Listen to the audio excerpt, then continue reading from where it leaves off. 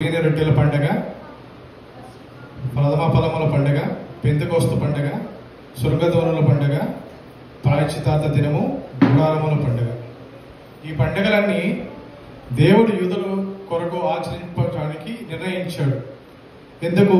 ఈ పండగల ముఖ్య ఉద్దేశం ఏమిటనగా, తన జనులైన వారు అందరూ ఆయన సన్నిధిలో నిలవాలని, ఆయనను ఆరాధించడానికి, ఆయన వారికి అనుగ్రహించిన ప్రతి దానిలో నుండి కృతజ్ఞత కలిగి ఆయన సన్నిధిలో అర్పణ చేయాలని దేవుడు ఈ పండుగలు ఉద్దేశించాడు. అయితే క్రైస్తవులైన అనేకులకు ఈ పండుగల గురించి తెలియదు. ఎందుకంటే మనము యూదులం కాదు, మనం ధర్మశాస్త్రం కిందకి రాము కాబట్టి మనకి ఈ పండుగల గురించి చాలా తెలియదు.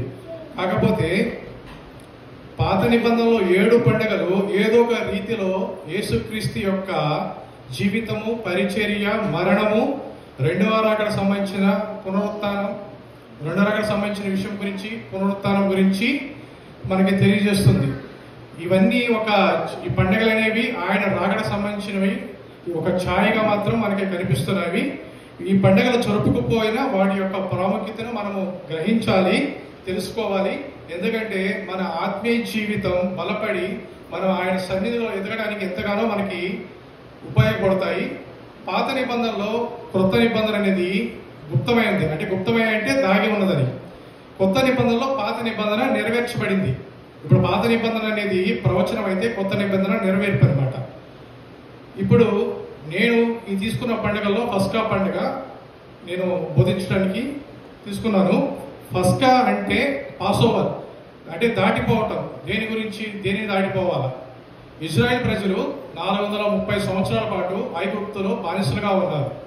బానిసలుగా ఉన్నప్పుడు వాళ్ళు పెట్టిన మొరను, వాళ్ళు చేసిన ప్రార్థనకు దేవుడు వాళ్ళ కష్టాన్ని, వాళ్ళ బానిసత్వాన్ని చూసి వాళ్ళని విమోచించడానికి, వాళ్ళని ఐగుప్తు నుంచి విడిపించడానికి మోషేను పిలుచుకొని, మోషే నువ్వు వెళ్ళి నా జనాంగాన్ని, నా జనులను ఐగుప్తు రాజు నుంచి, ఐగుప్తు బానిసత్వాన్ని నుంచి విడిపించమని చెప్పాడు. చెప్పినప్పుడు మోషే అహరోను వెళ్ళి ఫరోకు చెప్పినప్పుడు ఫరో వినిపించుకోవడం అనమాట. దాని ప్రకారము దేవుడు మోషే ద్వారా అనేక సూచన క్రియలు, అద్భుత క్రియలు జరిగించినా కూడా ఫరో అంతటికంతగా కఠినమైనాయి. ఆ ఇజ్రాయెల్ ప్రజలను యెహోవాను పూజించుకోవడానికి, ఆరాధించుకోవడానికి పంపడం.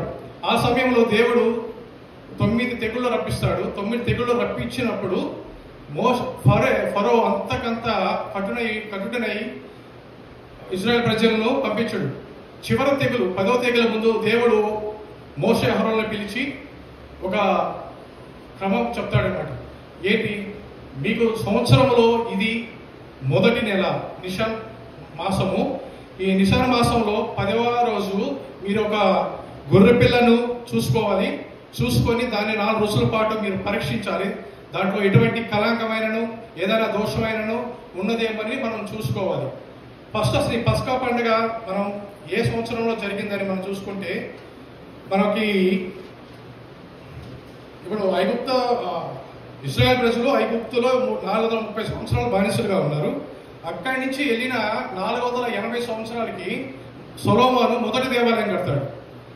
ఇవి కలుపుకోవాలి మనం. ఈ 430, 480 కలుపుకోవాలి.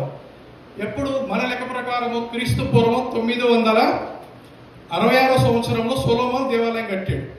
కట్టినప్పుడు ఆ 966కి వాళ్ళు ఐగుప్తు దేశం నుంచి పోయిన ఎన్ని సంవత్సరాలకి? 480 సంవత్సరాలకి. అంటే 1446 సంవత్సరం క్రీస్తు పూర్వం 1446 సంవత్సరము. ఆ సంవత్సరంలో మొదటి పస్కా జరిగింది. యాకోబు ఐగుప్తుకి ఎప్పుడు కరువు ప్రాంతం వచ్చినప్పుడు ఐగుప్తు దేశానికి కూడా అంటే 1876 సంవత్సరం వస్తుంది. అయితే పస్కాని ఏ విధంగా ఆచరించాలంటే,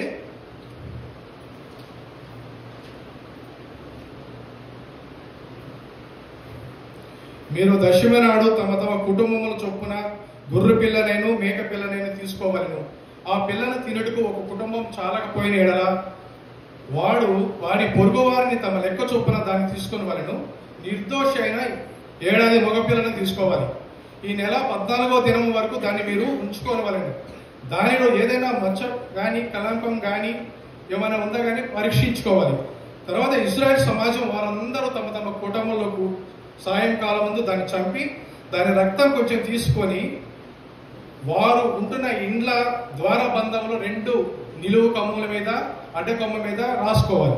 రాసి ఆ రాత్రి వారు అగ్ని చేత కాల్చబడిన ఆ మాంసంను పొంగని రొట్టెలు తినవలను, చేదు కూరలతోనూ దాన్ని తినవలను. దాని తలను, దాని కాళ్లను, దాని తంత్రములను అగ్నితో కాల్చి దాన్ని తినవలను. దాన్ని ఉడకబెట్టక తినకూడదు. ఉదయం వరకు దానిలోది ఏది మిగిలి ఉండకూడదు. మిగిలితే అగ్నితో కాల్చివేయాలి. అంటే ఇక్కడ ఏది మిగలకూడదు అంటే పరిపూర్ణత అనేది ఇక్కడ ఖచ్చితంగానే ఉండాలి. చేసిన ఆ ప్రాసెస్ మొత్తము పరిపూర్ణత అనేది ఉండాలి. దానిలో ఒక్క ఎముక కూడా విరగడానికి లేదు. దాన్ని ఎలా తినాలి? నడుము కొట్టుకొని తినాలి. అంటే మనం ఒక సిద్ధపాటు అనమాట. మన అలవాట్లో అంటే మనం ఏదో పని చేసుకుంటా మనం ఆ కార్యాన్ని ఒక పని బయట ఏదో చేసుకుంటాం అని తింటాం అనేది కాదు. దాన్ని ఒక శ్రద్ధగా ఆసక్తితో తినాలి. చెప్పు తొడుక్కొని, అంటే మన సాక్ష్య జీవితానికి అది గుర్తు అనమాట. మన సాక్ష్య జీవితాన్ని మనం ఏ రకంగా మనం దేవుడి కోసమై సాక్ష్యాన్ని మనం ఏర్పరచుకుంటున్నామో దానికి గుర్తు. కర్రల చేత పట్టుకొని, అంటే మనం ఈ లోకానికి మన పరదేశులు అనమాట. ఆ విధంగా మనము అంటే మనం ఈ లోకానికి వచ్చి తర్వాత మన సమయం అయిపోయిన తర్వాత మరి మనము మన పరలోకానికి మనం పోతాం కాబట్టి మనము ఒక సిద్ధపాటు అనమాట. ఈ లోకంలో మనం ఎంతకాలం ఉండము దానికి సిద్ధపాటు. త్వరపడుతూ తినవాలను అంటే ఆయన రాకడికి సిద్ధపడుతూ మనం దాన్ని తినాలని. ఈ విధంగా ఇశ్రాయేల్ ప్రజలు దేవుని మాటకు విధేయత చూపించారు. ఆ రాత్రి ఏం జరిగింది? నేను ఐగుప్త దేశంలో సంచరించి ఐగుప్త దేశమందలి మనుషుల్లో కానీ జంతువుల్లో కానీ తొలి సంతతియు హతము చేసి ఐగుప్తు దేవతలందరికీ తీర్పు తీర్చదను. మీరు మీ ఇండ్ల మీద ఆ రక్తపు గుర్తు మీకు ఉండిన కనుక ఆ రక్తమును చూచి మీ ఇళ్లను నశింప చేయక నేను దాటిపోతాను. సంహార దూత వచ్చినప్పుడు ఆ రాత్రి ఆ రక్తపు మరకను చూసి ఆ ఇళ్లను దాటిపోతాడు. ఇది ఐగుప్త ప్రజలకు ఆ రక్త మరక ఉండదు కాబట్టి ఆ ఐగుప్త ప్రజల్లోని తొలి సంతానం, మనుషుల్లోని తొలి సంతానము అలాగే జంతువులోని తొలి జంతువును సంహరించడం జరిగింది. దాని వలన ఏమైంది? ఫరో యొక్క శ్రేష్ఠ పుత్రుడు, ఆ ఐగుప్తులని జనులందరి యొక్క శ్రేష్ఠ పుత్రుడు, పశువులని తొలి పిల్లలన్నింటినీ యెహోవా వధం చేసింది. ఆ రాత్రి ఇశ్రాయేలు ఐగుప్తు విడిచి బయలుదేరి వెళ్ళిపోయారు. ఈ రకంగా ఆ పస్కా పండుగను వాళ్ళు అనుసరించారు.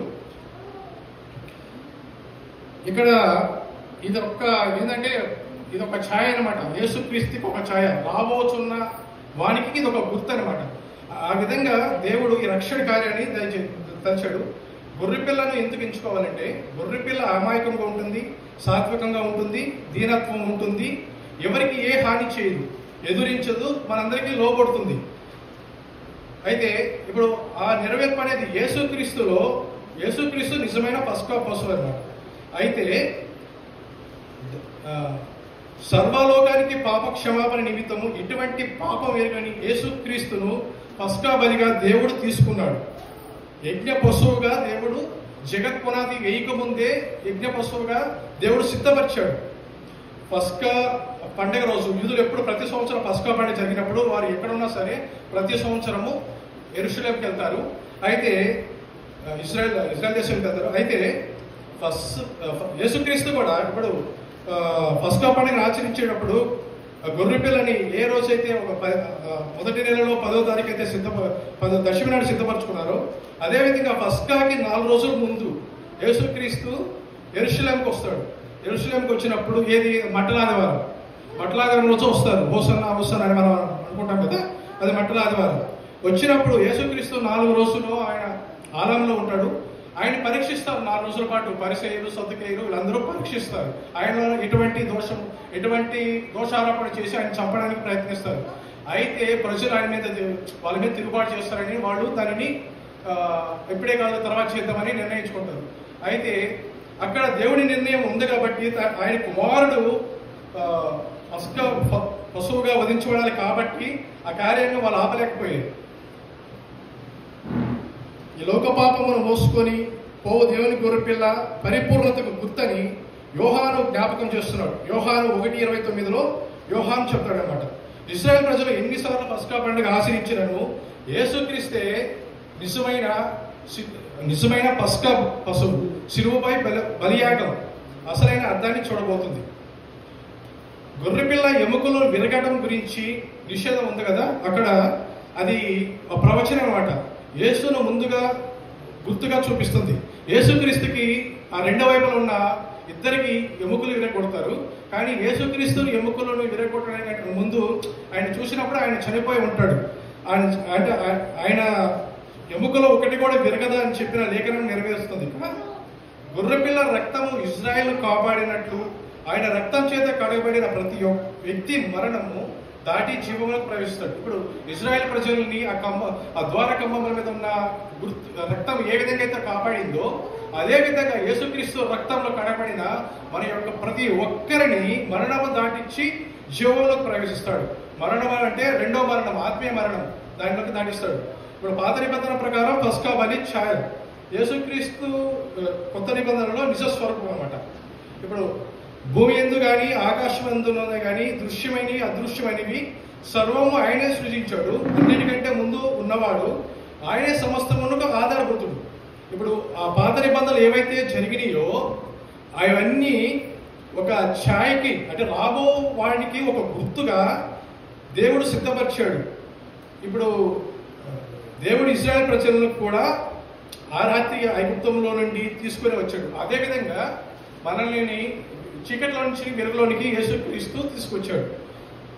మనకి ఇప్పుడు యూదులు పస్కా పండుగని ఆచరిస్తుంటారు. మనం దాన్ని ఆచరించాలంటే ఆచరించాల్సిన అవసరం లేదు.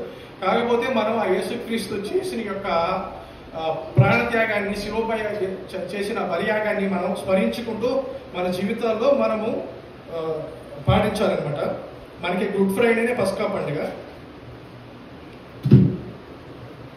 ఇప్పుడు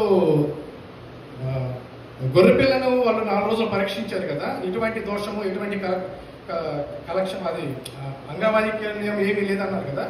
అదేవిధంగా యేసుక్రీస్తులో ఎటువంటి పాపం లేదని, ఎటువంటి దోషం లేదని కయ్యప్ప, హేరోతు, ఫిలాతు సర్టిఫికేషన్ ఇస్తారు. ఈయనలో ఎటువంటి దోషం లేదు. అక్కడ గొర్రెపిల్లకి ఎటువంటి దోషం లేదని బలిచ్చారు కదా, ఇక్కడ కూడా వీరికి ఎటువంటి దోషం లేదని వాళ్ళు సర్టిఫికేషన్ ఇస్తారు. ఈ ప్రపంచంలో కోర్టులోకి వెళ్ళిన తర్వాత ఒక మనిషి నిర్దోషిని చెప్పిన తర్వాత కూడా ఆయనకి శిక్ష పడిందంటే ఒక యేసుక్రీస్తుకు మాత్రమే.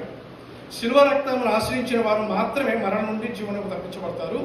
దేవుడు ఏర్పాటు చేసిన ప్రకారం తన యొక్క ప్రేమను మనపై చూపించాడు. ఆ రక్తం ద్వారా మనకి విడుదల ఇవ్వడానికి. ఇంత గొప్ప రక్షణ మనం నిర్లక్ష్యం చేసిన ఎడల ఎలాగో తప్పించుకుందాము? ఇప్పుడు తండ్రి సిద్ధపరిచిన ప్రణాళికను కుమారుడి విధేయత చూపించి నెరవేర్చినందున ఆయన నామం అన్ని నామముల కన్నా పైనామంగా ఉంది. అదేవిధంగా తల్లి గర్భంలో ఉన్న మనము రూపెప్పక మురిపే దేవుడు మనలో ఒక ప్రణాళికను సిద్ధపరిచాడు. మనం కూడా ఆ తండ్రి చిత్తాన్ని నెరవేర్చడానికి గొర్రెపిల్ల వల్లే తల వంచినట్లయితే పరలోకంలో ప్రభు సింహాసనం నందు ఎదుట బలా మంచి దాసుడా అని దేవుడి చేత మనము పిలిపించుకుంటాం. ఇప్పుడు హెబ్రీ పత్రిక 10వ అధ్యాయం 1వ వచనం ఏం చెప్తుంది? ధర్మశాస్త్రం రాబోచున్న మేలులు ఛాయే కానీ ఆ వస్తువుల నిజ స్వరూపం కాదు.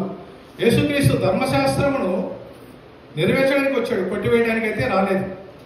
అన్నపానముల విషయంలోనూ, పండగ, అమావాస్య, విశ్రాంతి దినం విషయంలో మీకు తీర్పు తీర్చుకొనవద్దు.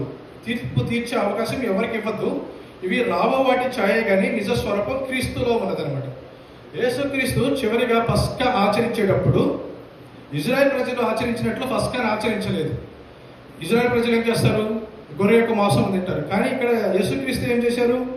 గొర్రె మాంసం బదులుగా రెట్టిను, అంటే ఆయన శరీరమును, రక్తం బదులుగా ద్రాక్ష రసమును తన రక్తంగా, ఇది మీ కొరకు, ఈ గిన్నె మీ కొరకు సిద్ధింపబడిన రక్తమైన కొత్త నిబంధన, దీనిని జ్ఞాపకం చేసుకోండి. యేసుక్రీస్తు ప్రభు సర్వ మానవాళికి పాపభారం విమోచన క్రైతల్యంగా తనను తాను అప్పగించుకున్నాడు. పస్కాను మనం ఆచరించాలంటే ఆచరించకూడదు.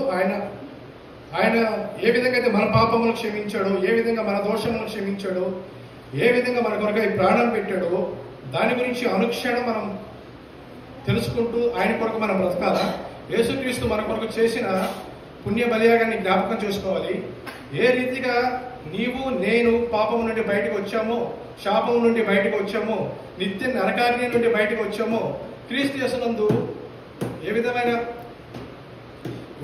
మనం ఏ విధంగా క్రీస్తు యేసునందు ఉన్నామో, ప్రభు అన్నమాట నేను వచ్చు వరకు నన్ను జ్ఞాపకం చేసుకోవాలి. అంటే మనం ప్రభావాలను తీసుకునే ప్రతి క్షణము కానీ, ప్రతిరోజు కానీ, మనం ప్రార్థించుకునేటప్పుడు కానీ ఆయన చేసిన త్యాగం గురించి మనం గుర్తుపెట్టుకోవాలా. ఆయన కొరకై మనం బ్రతకాల. అటువంటి సిద్ధపాటును మనం ఎరిగి ఉండాలి.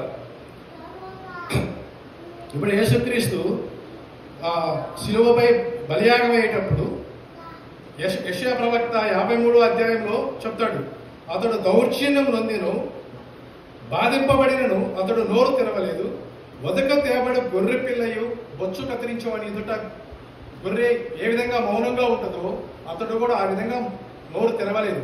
అతడు దూషింపబడి కూడా బదులు పలకలేదు. ఆయన శ్రమపడి న్యాయం తీర్చుకుని దేవుడికి తనను తాను అప్పగించుకున్నాడు. ఈ విధంగా తండ్రి యొక్క చిత్తాన్ని యేసుక్రీస్తు ఈ లోకానికి వచ్చినప్పుడు నెరవేర్చి మనకి గొప్ప రక్షణ కార్యాన్ని వచ్చాడు. ఆ పస్కా పండుగ అనేది ఇశ్రాయేల్ ప్రజలకు వరకైతే ఈ యేసుక్రీస్తు యొక్క రక్తము ఈ సర్వమానవాళికి పాపం నుండి విడుదల కలిగిస్తుంది. క్రీస్తు యేసునందు ఉన్న వారికి ఏ శిక్షా విధి లేదన్నమాట. అయితే దేవుడి నేను రక్షింపబడిన కొత్తలో నేను యేసుక్రీస్తుని ప్రతి విషయంలోనూ చూసేవాడనమాట. నీవు రక్తం కారిస్తే నాకు ఎలా పాపి మోచన కలుగుతుంది, అసలు నువ్వు ఎవరు యేసుక్రీస్తుని నేను పరీక్షించుకున్నాడు. ప్రతి విషయంలో నాకు సమాధానం చెప్పేవాడు అనమాట. నేను చాలా మందికి నాకు చాలా డౌట్లు ఉండేది అనమాట. తండ్రి అసలు మేము ఎక్కడున్నా భారతదేశంలో ఉన్నాము, మీరు ఎక్కడ ఇజ్రాయల్ దేశంలో ఉన్నారు, మాకెలా క్షమాపణ అవుతుంది అంటే జగత్ పునాది ముందే మనం సృష్టించిన దేవుడు గొర్రె పసిబలుగా అర్పించబడ్డాడు. అది దేవుడి చిత్తం అనమాట. దీన్ని నేను చాలా తెలుసుకున్నప్పుడు ప్రతి విషయంలో అది తెలుసుకున్న ప్రతిసారి కొన్ని డౌట్స్ నాకు ఉన్నప్పుడు అది దానికి సమాధానం వచ్చిన ప్రతిసారి నేను చాలా ఆనందపడతాను అనమాట. నవ్వుకుంటాను. దీనికి సమాధానం చిక్కినందుకు చెప్పాలి, జనులు చాలా మందికి చెప్పాలని ఆశపడతా ఉంటాను. దేవుడు మరింతగా మమ్మల్ని ఆ విషయంలో వాడుకుని చాలా మందిని రక్షింపబడాలని దేవుడిని కోరుతూ ఈ వాక్యం బోధించే అవకాశం ఇచ్చిన తేజ బ్రదర్కి నా కృతజ్ఞత తెలుపుతున్నాను.